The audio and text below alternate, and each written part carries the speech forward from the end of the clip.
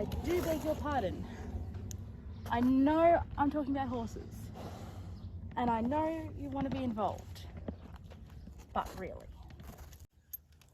Hi everyone, it's Mel here, and welcome back to Mel's Blind Life, the YouTube channel all about blindness, and of course for another blind equestrian video. We've got the star of the show, Maggie, here with us, and I'm going to give you my top 5 tips for how to begin riding.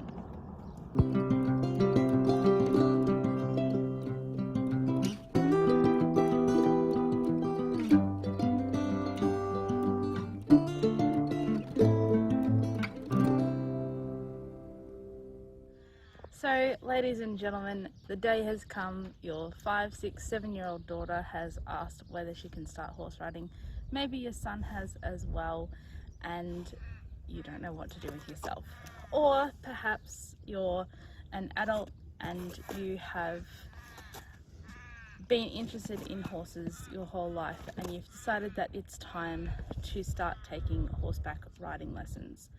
Now, I don't know what country you're going to be in, so I'm going to base all my terminology in Australia. So I'm sorry if you don't understand all of my terminology here.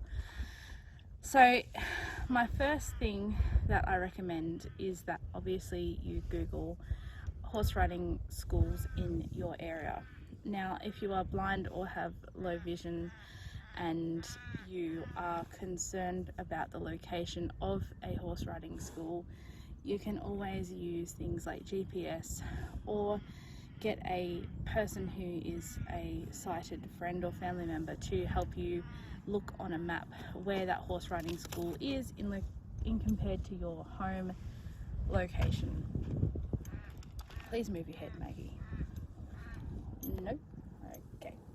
And then the second step would be really to start emailing around all the different places and to talk to the different instructors, especially once again if you're blind or have low vision. Now, the sort of questions that they may ask may include: have you ever ridden or been around horses before? Has yourself or your child ever done any kind of training to be able to cope with their independent mobility? Do you have a guide dog, use a long cane? Stuff like that. Some riding instructors may not know what to do at all, and they may just turn to you and say, well, why don't you try the Riding for the Disabled or RDA. Now, if you don't find a riding instructor in your area who is willing to help you, then you may have to just apply for Riding for the Disabled. Keep in mind that Riding for the Disabled is not in all areas, and that they may have a long waiting list. So it's important that you or your child have good spatial awareness, and that they have the ability to follow instructions in a split-second notice. So if your riding instructor sees that the horse is about to, I don't know, stop at a fence or kick or something like that, then your child needs to be able to respond in an instant to take a step backwards, take a step to your left, put your arm down, put your hand out, etc. And that is my main thing, is before you start your child on horse riding lessons, you need to make sure that they've got those orientation and mobility skills.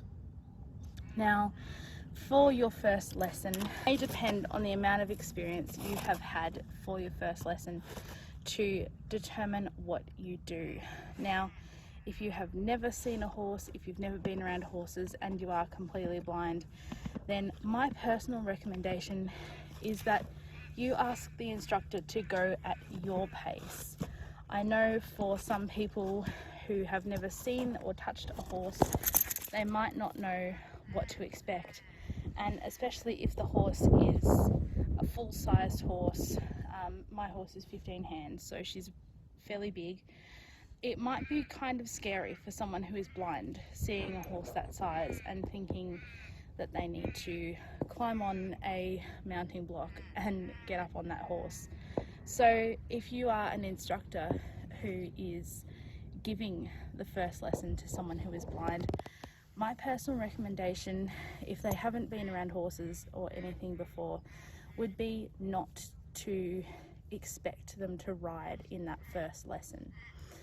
Personally, if I was giving first lessons to blind or vision impaired people, especially young children, I would be making sure that the first lesson just included them getting to feel the horse and getting to know what the horse felt like, and learning that even though the horse is rather large, that it's not dangerous, and just teaching them the spatial sort of awareness of the horse, teaching them how long their neck is and how big their rump is, and sort of just trying to get them to learn where they're going to be sitting on the horse. Maybe put the saddle on and not expect them to ride, but show them where the saddle is going to be in relation to the head and the neck and the rump and everything like that.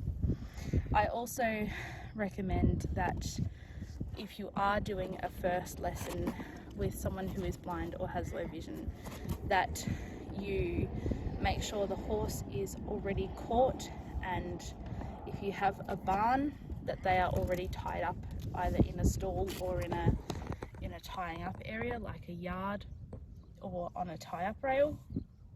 And I also recommend that you have someone there to just hold the horse, just in case you've got any fear from the blind person. Now, as for when you first start riding, I personally obviously recommend that for someone who is blind or has low vision, obviously you would start them on a lunge line, but don't expect that someone who is blind or has low vision is going to be able to walk, trot, canter and everything like that on the lunge within the first few weeks. I have heard some pretty amazing stories of kids starting riding, and by the end of their first lesson they're trotting, and by the end of their first lesson they're cantering and stuff like that. Expect a blind kid to take its time. When I was 21 and started riding for the first time since I went completely blind, it took me 18 months to confidently be able to trot.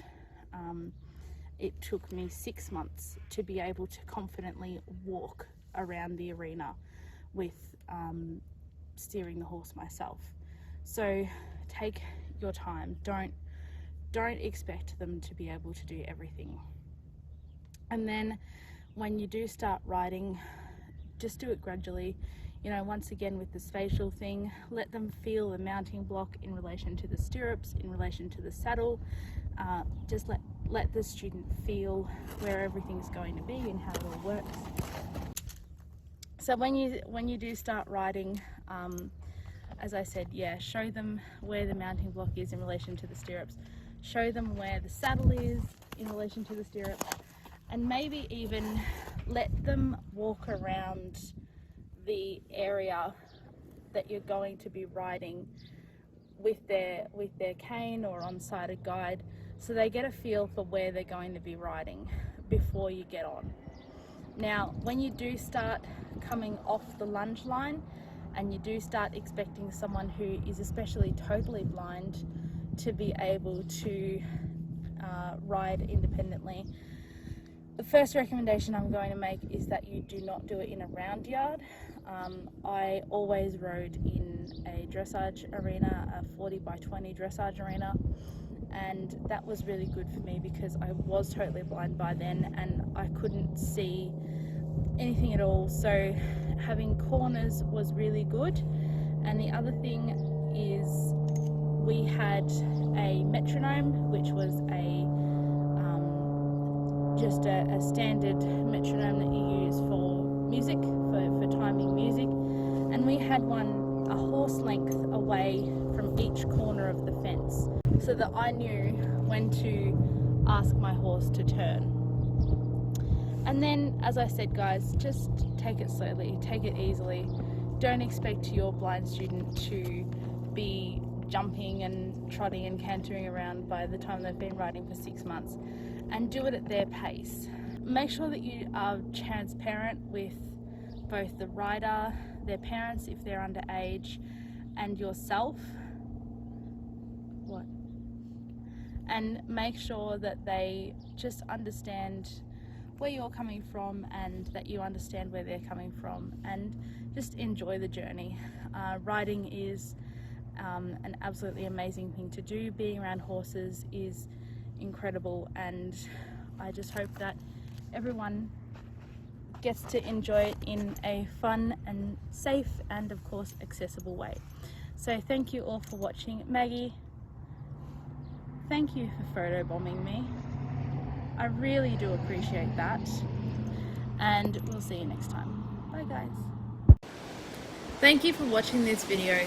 Please subscribe to Mel's Blind Life and click the bell notifications, and I'll see you next time.